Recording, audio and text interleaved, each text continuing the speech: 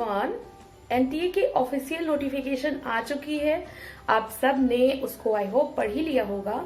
तो जो एग्जामिनेशन है आपके वो सडनली बताया जा रहा है कि 16 सितंबर से आपके 25 सितंबर के बीच में होंगे।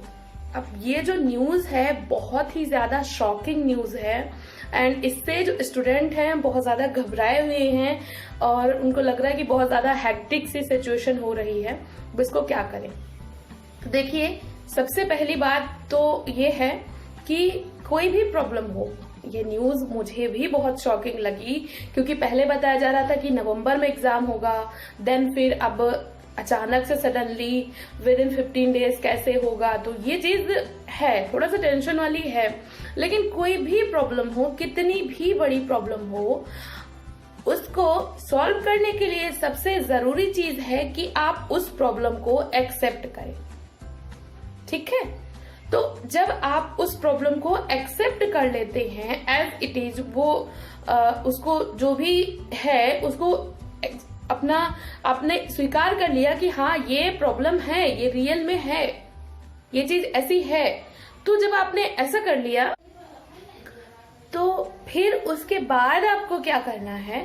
उसके बाद जब आपने प्रॉब्लम को एक्सेप्ट कर लिया, आपको पता है कि हाँ ये प्रॉब्लम आ गई, तो आपके अंदर से एक चीज आएगी कि ठीक है अब प्रॉब्लम है तो उसका सल्यूशन मुझे ढूंढना है। तो जब प्रॉब्लम को आपने एक्सेप्ट कर लिया तब आप उसको सल्यूशन की तरफ बढ़ेंगे, उसका सल्यूशन ढूंढने की कोशिश करेंगे।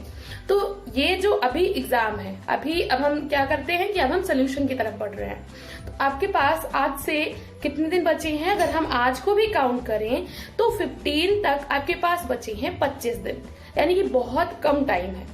तो आप नया तो कुछ पढ़ नहीं सकते हो और रिवाइज भी आपको करना है, प्लस सारा रिवाइज करना है। और इसमें जो सबसे बड़ी चीज है कि आपको बहुत सारा रिवाइज करना है, मतलब कि पेपर 1 का भी पढ़ना है, पेपर 2 का भी पढ़ना है। तो फिर क्या करिए, क्या कर सकते हैं? क्या परेशान होकर बैठ जाएं या फिर प्रिपरेशन आगे करते रहें? तो जहां तक कि मैं अपने स्टूडेंट्स को जानती हूँ, प्रॉब्लम कैसी भी हो वो घबराते नहीं हैं, वो उसका डट के सामना करते हैं। तो अगर आप लोग मेरे स्टूडेंट हो तो आपको इस प्रॉब्लम से डरने की जरूरत नहीं है। जो 25 दिन है आप इजीली इनमें रिवीजन कर लोगे। क्यों मैं इतना कॉन्फिडेंस के साथ में ये चीज बोल रही हूँ? क्योंकि मुझे पता है कि आप लोग कंटिन्यूअसली पढ़ाई कर रहे हो, किसी दिन ज्यादा, किसी दिन कम, किसी दिन थोड़ा सा बेटर तरीके से, किसी दिन थोड़ा सा डाउन, बट कंटिन्यूटी आपकी खत्म नहीं हुई है। तो ये जो कंटिन्यूटी है, मैंने कहा था कि इस चीज को बना के रखिए। तो ये जो कंटिन्यूटी है यही चीज आपके एग्जाम में आगे हेल्प करने वाली है।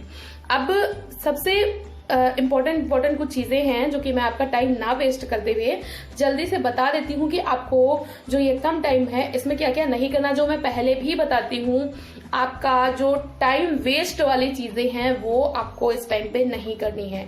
टाइम वेस्ट वाली चीजों में चाहे वो कोई एजुकेटर हो, वो चाहे खुद मैं ही हूँ, अगर आपको लगता है कि मेरी वजह से आपका टाइम वेस्ट हो रहा है, बिल्कुल स्किप करिए, बिल्कुल अपनी पढ़ाई पे फोकस करिए। वो चाहे मैं हूं या कोई और एजुकेटर हो, वो टाइम वेस्ट वाली चीजें जैसे कि कोई 4-4 घंटे का अगर आपको लेक्चर पढ़ा रहा है और उसके बाद आपका वो पूरा एक यूनिट भी नहीं करा पा रहा, अगर कोई 4 घंटे पढ़ा रहा है तो उसका मतलब है कि आपका कम से कम 1 या 2 यूनिट उसको कवर करानी चाहिए। अगर वो 4 घंटे में आपकी पूरी 1 यूनिट भी नहीं करा पा रहा है, दैट मीन्स कि आपको उसको स्किप करना है। इस टाइम पे नहीं पढ़ना फिर आपको उसको, क्योंकि आप एक चैप्टर को, एक ही टॉपिक को 4 घंटे पढ़ोगे तो आपके पास कितना टाइम बचेगा जो आप आगे के लिए रिवाइज करोगे? तो आपको इस टाइम पे शॉर्ट में और जल्दी रिवाइज करना है। तो बेटर ये रहेगा कि आपने जो खुद के नोट्स बनाए हैं, क्योंकि अभी तक आपने वीडियो भी देखे होंगे, गूगल से भी पढ़ा होगा, यूट्यूब से पढ़ा होगा, आपने अनअकैडमी से पढ़ा होगा, बहुत सारे सोर्सेज से पढ़ा होगा, बुक्स भी पढ़ी होंगी, तो उनके नोट्स तो कम से कम बनाए ही होंगे। तो उन नोट्स को रिवाइज करिए, क्योंकि उससे आपका टाइम वेस्ट नहीं होगा बल्कि आपका टाइम बचेगा और उससे आपको समझ में भी जल्दी आएगा, क्योंकि वो आपकी खुद की लैंग्वेज है और जो खुद की लैंग्वेज होती है वो जल्दी समझ आती है। दूसरी चीज, पॉइंट नंबर 2, आपको क्या करना है? डिस्ट्रैक्शन से बचना है, जो मैं पहले भी कहती आई हूँ। इस टाइम पे अब जब 25 ही दिन बचे हैं तो आप अपना जो ये स्क्रीन टाइम है इसको डिक्रीज करिए, मतलब कि आपको प्रैक्टिस के लिए स्क्रीन टाइम बढ़ाइए कि मॉक टेस्ट लगा रहे हो, ठीक है, वो यूजफुल है, आपको ये चीज प्रैक्टिस कर रहे हो वो यूजफुल है। बट अगर आप फालतू में चैटिंग वैटिंग कर रहे हो या फिर फालतू के डिस्कशन में अपना टाइम वेस्ट कर रहे हो, वो इस टाइम पे आपको नहीं करना है, इस टाइम पे उस चीज को स्किप करना है।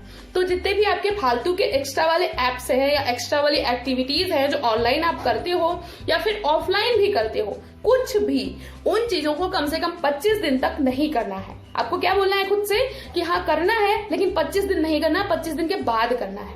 उसके बाद अब हम आते हैं कि यूनिट वाइज कैसे रिवाइज करेंगे। तो आप कम से कम 10 आवर का तो आपको इस टाइम पे टाइम निकालना पड़ेगा, कैसे भी करके आपको खुद से ही बोलना है कि अभी नहीं तो कभी नहीं। एंड सबसे बड़ी चीज है, पता है कि आप लोग बोल रहे हो कि ये प्रॉब्लम है, ये हेक्टिक है। मैं क्या बोल रही हूं कि इसको पॉजिटिव वे में लो कि एग्जाम डेट जल्दी आ गई तो अच्छा है, हम लोग जल्दी जल्दी प्रिपेयर करके इस एग्जाम से अपना ये खत्म करेंगे, अच्छे से जेआरएफ लेंगे, फिर नेक्स्ट एग्जाम की तैयारी कर सकते हैं ना। जैसे अभी पीजीटी का आ रहा है या फिर असिस्टेंट प्रोफेसर का आता है, तो आप नेक्स्ट एग्जाम की तैयारी कर सकते हो, आप उसके लिए एलिजिबल हो सकते हो। तो आपके लिए ये गुड न्यूज है एक तरीके से, उतना ज्यादा हेक्टिक होने की जरूरत नहीं है। तो जल्दी से अभी कॉपी पेन उठाइए और एक अपने अकॉर्डिंग टाइम टेबल बनाइए। इस बार मैं टाइम टेबल नहीं बताऊंगी आपको, मैं टाइम टेबल बताऊंगी तो उसको फिर वो सभी के अकॉर्डिंग होगा, पर्सनली आपके अकॉर्डिंग नहीं होगा। तो आप अपनी प्रॉब्लम, अपनी जो वीकनेस है, अपनी जो स्ट्रेंथ है, उसको ध्यान में रखते हुए आपको पता है कि आपको किन किन चीजों पे ज्यादा फोकस करना है, प्रैक्टिस ज्यादा करनी है या रिवीजन ज्यादा करना है या क्या करना है। तो आप अपने अकॉर्डिंग 10 आवर का टाइम टेबल बनाइए, उसको 25 दिन तक फॉलो करते जाइए।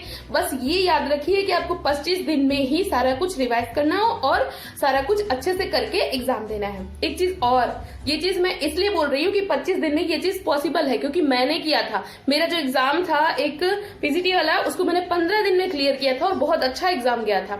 तो एनटीए वाला एग्जाम भी जो मैंने दिया था, लास्ट वाला जो 2018 वाला, उसको मैंने सिर्फ 2 महीने का टाइम मिला था और लास्ट का 1 मंथ ही मैंने सिर्फ पढ़ा था अच्छे से, बाकी स्टार्टिंग का 1 मंथ मुझे सिर्फ समझने में ही गया था। तो ऐसा नहीं है कि ये इम्पॉसिबल है, हर चीज पॉसिबल है अगर आप चाहो तो। और जो मैंने पहले ही कहा भी वीडियो में कि अगर आप मेरे स्टूडेंट हो तो आपके लिए कुछ भी इम्पॉसिबल नहीं है, आप कर सकते हो, सारी चीजें कर सकते हो। तो अपने अंदर एनर्जी लाओ, वो जो कॉन्फिडेंस है वो चीज लाओ कि हाँ मुझे इसी बार करना है, और लग जाओ तैयारी में और अच्छे से एग्जाम देके क्वालिफाई होके आओ। एक इम्पोर्टेंट इन्फॉर्मेशन आपको बतानी है, आप लोग अगर करना चाहो तो मुझे टेलीग्राम पे अपनी वीकनेस, अपनी स्ट्रेंथ, आपने क्या क्या चीजें कवर करी हैं, क्या क्या चीजें आपकी छूटी हुई हैं, वो सारी की सारी एक पेज पे लिख के बता सकते हो। फिर मैं उसके अकॉर्डिंग जो भी मेरा एक्सपीरियंस है, मैं अपने एक्सपीरियंस के अकॉर्डिंग आपको कुछ सजेशन दे सकती हूँ। एक चीज मैं बता दूं, मैं कोई भगवान नहीं हूँ, मैं अपने एक्सपीरियंस के अकॉर्डिंग ही बताऊंगी।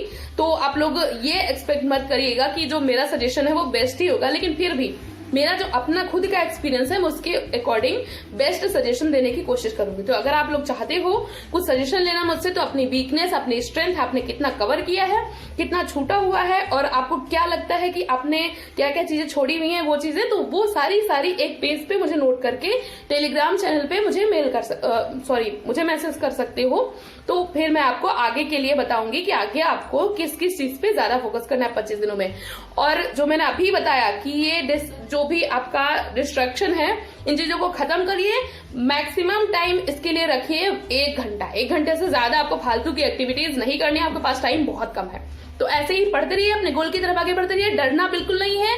और इस चीज को आपको, ये जो सिचुएशन है, या तो आप इससे हार जाओ या हार को हराओ। तो अगर आप मेरे स्टूडेंट हो तो आप हार को हरा के जीत को खींच के लाओगे। तो आई होप आपको ये चीजें अच्छी लगी होंगी। ऐसे ही पढ़ते रहिए, अपने गोल की तरफ आगे बढ़ते रहिए। वीडियो देखने के लिए thank you so much and all the best to everyone.